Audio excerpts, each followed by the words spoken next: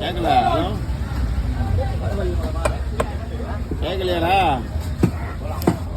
Hello hello, நான் ஒண்டியா போனேன், எனக்கு வெறுப்பா இருந்துச்சு. இவங்க நல்லா கும்பலா போனானே பசங்களா, எனக்கு ஒண்டியா போனேன் எங்கன்னா லாங்கா போறதுன்னு சொல்லிட்டு கோயிலுக்கு பக்கத்துல அம்மன் கோயில் வருது. ஏன்னா இன்னைக்கு கல்மான கோயில் அம்மன் கோயில் போயிடுவோம் போகலான்னு நினச்சா அருணாச்சலம்